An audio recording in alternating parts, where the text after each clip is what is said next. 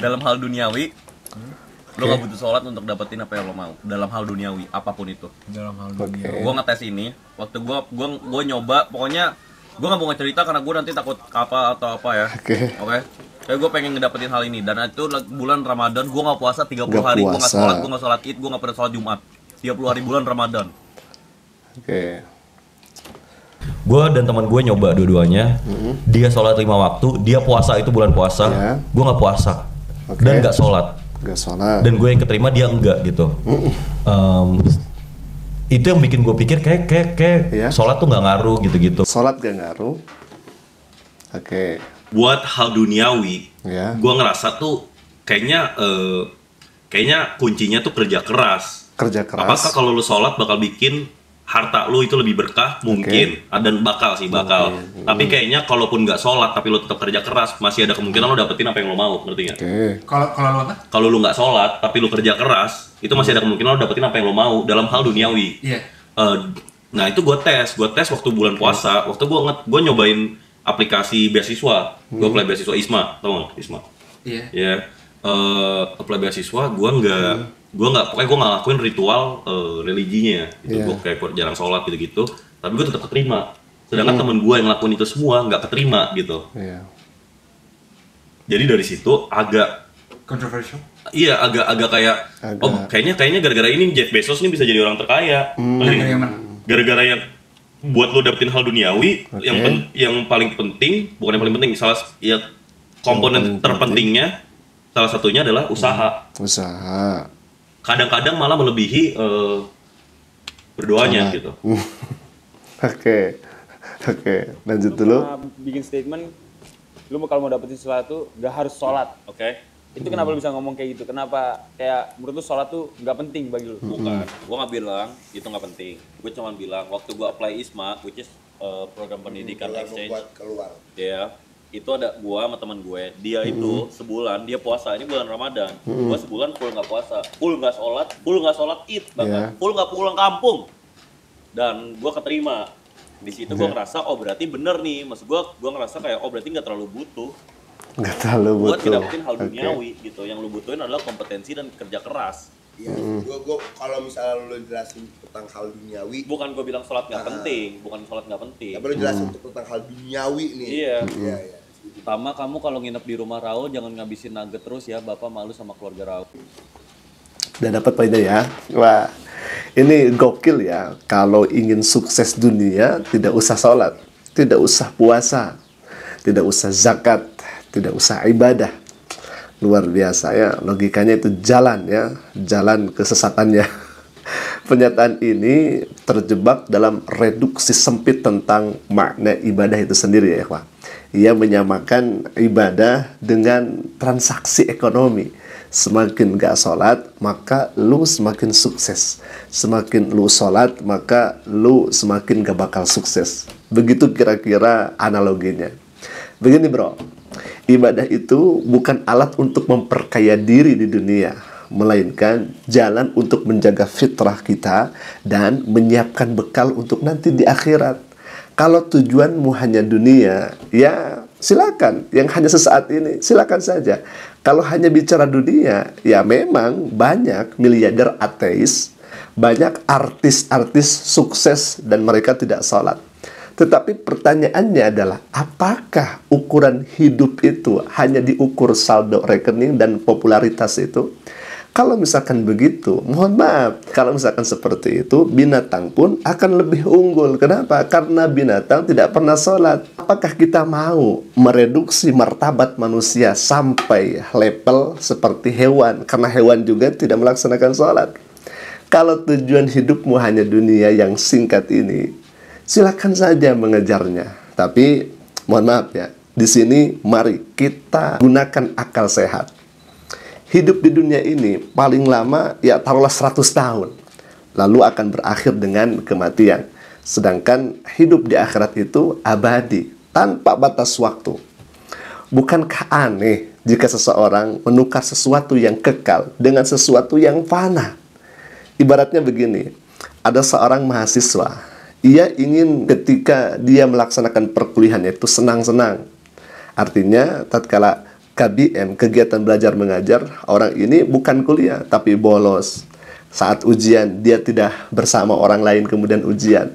Akhirnya apa? Setelah kelulusan tiba, ia tidak akan mendapatkan ijazah yang menyelamatkan masa depannya. Sama halnya dengan manusia itu. Dunia ini hanya ujian, masa ujian. Sedangkan akhirat adalah hasil akhir daripada kita tatkala hidup di dunia ini.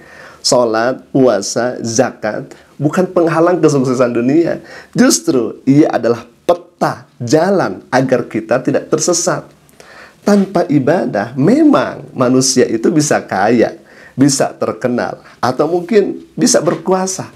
Tapi mohon maaf, itu semua seperti fata morgana, tampak indah dari jauh. Tapi mohon maaf, kosong ketika didekati. Dan pada akhirnya bisa masuk neraka atas izin Allah Subhanahu wa taala. Maka di sini kami sampaikan, orang yang meninggalkan salat demi dunia sesungguhnya sedang melakukan transaksi paling merugikan, menjual keabadian demi kesenangan yang sesaat. Itulah pilihan yang sama sekali tidak intelektual, hemat kami ya. Dan hemat kami itu juga tidak rasional, ikhwafillah. Mohon maaf, di sini kami sampaikan seperti ini karena orang ini seakan-akan mengatakan bahwa sholat, ibadah itu seperti transaksi kita. Jadi semakin kita tidak sholat, semakin kaya atau semakin sukses. Semakin kita sholat, justru kita tidak akan sukses. Mohon maaf, kalau misalkan Anda berpikiran seperti itu, kita langsung saja mengambil contoh yang sangat nyata. Rasulullah SAW, Nabi Muhammad SAW, Rasul itu sholat 5 waktu tanpa diragukan lagi. Bagaimana Rasulullah SAW? Beliau memimpin dunia, memimpin peradaban dunia. Rasulullah. Kemudian apakah Anda akan mengatakan kepada Rasulullah itu tidak sukses di dunia? Dagangnya luar biasa. Kemudian para khalifah setelah Rasulullah SAW, ada khulafaur rasyidin, mereka melaksanakan salat. Setengah dunia makmur, sukses dunianya karena dipimpin oleh mereka. Kemudian ada ilmuwan muslim, mereka juga melaksanakan salat. Mereka yang mengubah keilmuan yang begitu sangat hebat, luar biasa di masanya itu. Apakah Anda akan mengatakan kepada mereka, mereka tidak sukses dunia? Maka pola pikirnya balik sekarang. Begini pola pikirnya. Anda sholat, lalu kemudian kenapa Anda tidak berusaha? Anda sholat, tetap sholat. Kemudian di samping Anda sholat, berusahalah semaksimal mungkin.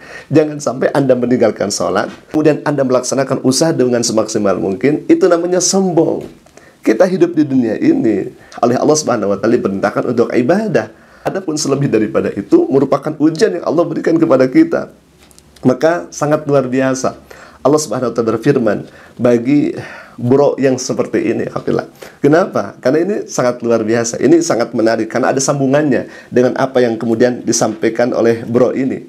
Ketika seseorang yang ingin mengejar dunia tetapi dia lupa terhadap akhiratnya Allah Subhanahu wa taala. Justru bagaimana firman Allah Subhanahu wa taala? Ini sangat menarik, alhamdulillah. Allah Subhanahu wa taala berfirman, faqala ta'ala, a'udzubillahi minasyaitonir rajim. Bismillahirrahmanirrahim.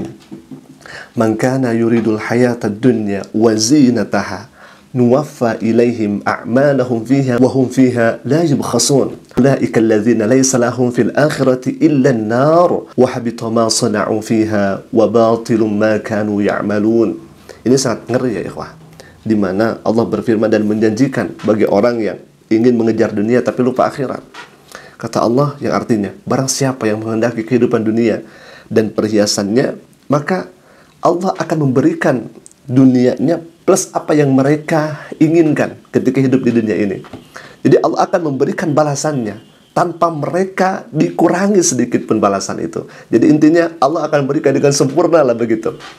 Dan mereka tidak akan dirugikan sedikit pun. Tetapi kata Allah, orang-orang yang semacam itu, yang lupa akan akhirat, di akhiratnya justru tidak akan memperoleh apa-apa kecuali mereka akan masuk ke dalam neraka dan lenyaplah apa yang telah mereka usahakan di dunia ini. Subhanallah.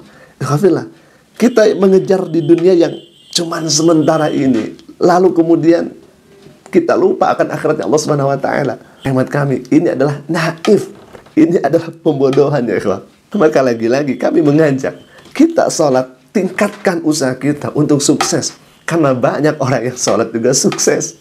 Bagaimana kalau misalkan Anda kemudian tidak sholat, kemudian Allah takdirkan Anda juga tidak sukses. Kan ini rugi bandar ya Alhamdulillah. Di mana Anda tidak sukses di dunia, di akhirat juga nanti masuk neraka atas izin Allah Subhanahu wa taala karena menyalahi aturan-aturan Allah yang telah Allah tetapkan.